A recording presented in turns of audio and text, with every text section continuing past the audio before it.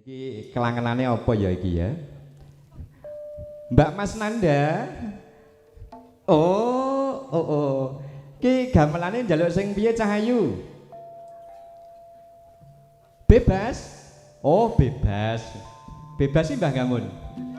Wis manut kae. Serampat. Jas.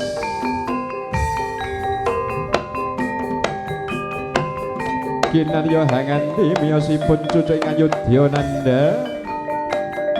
Arsa hanganti linggari putri sangat mojo pinanganten sekalian. Saking sasana pinajang tumuju wonten ing sasana Panti Pambusanan. Yo. Dadalah. Oh, yo.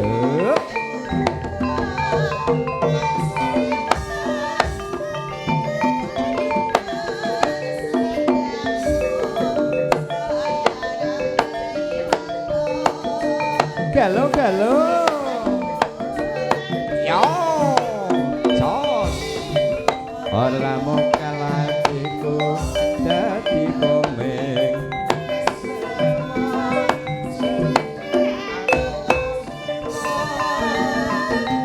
gano tak tombo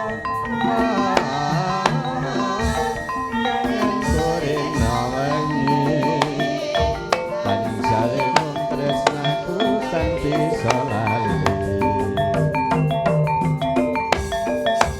saja tregal satindak salampaira cucing Ayodya ki suda manggala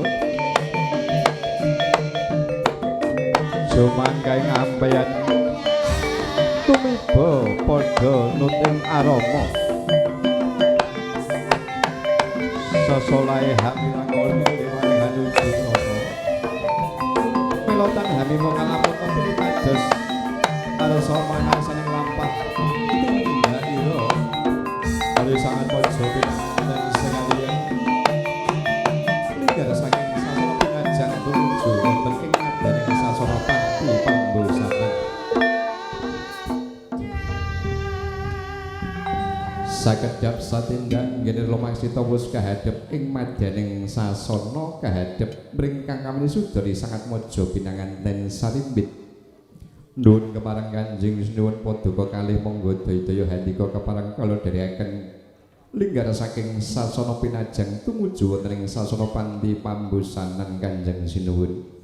Iya risang Cundaka daya-daya kepara derek nanggon kulumaku tumuju ana ing sasana Panti Busana.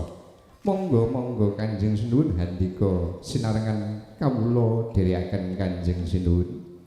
Tindakira mangarsani sangat mojo pinanganten nggenira linggar saking sasana pinajang Cinandra kadya Kang Sri Nalindra.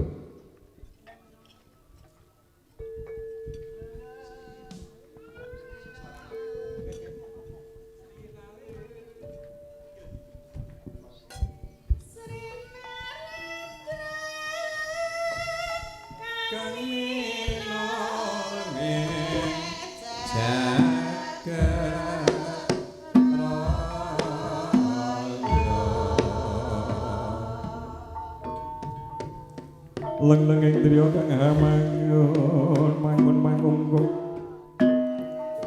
kanduan limo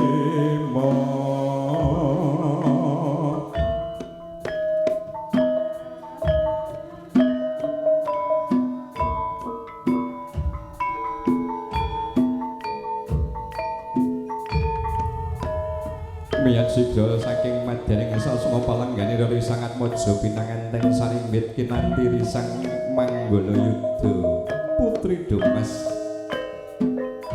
kinanti dening cucuking Ayodya.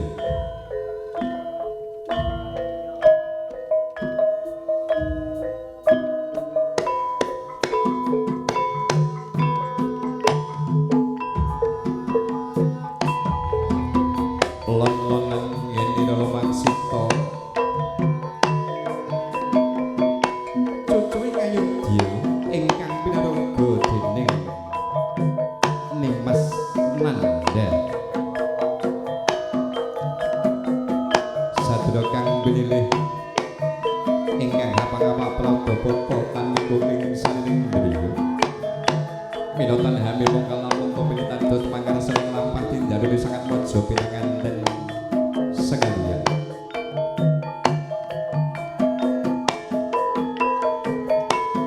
Diri sangat mojo pinanganten sarimpin gene lumangsita tansah haplotan asta ajrih kula lawan ingkang garwa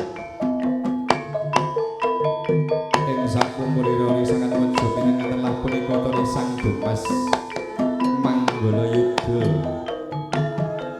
ingkang tansah ngetut tindak ing risang raja muda arisa juga sepiring penggalih julu maksita tansah amemuji ing ngarsanipun Gusti ingkang Maha Kawasa mugi sangat mojo ingkang kawruja tansah antuk mangya bagya mulya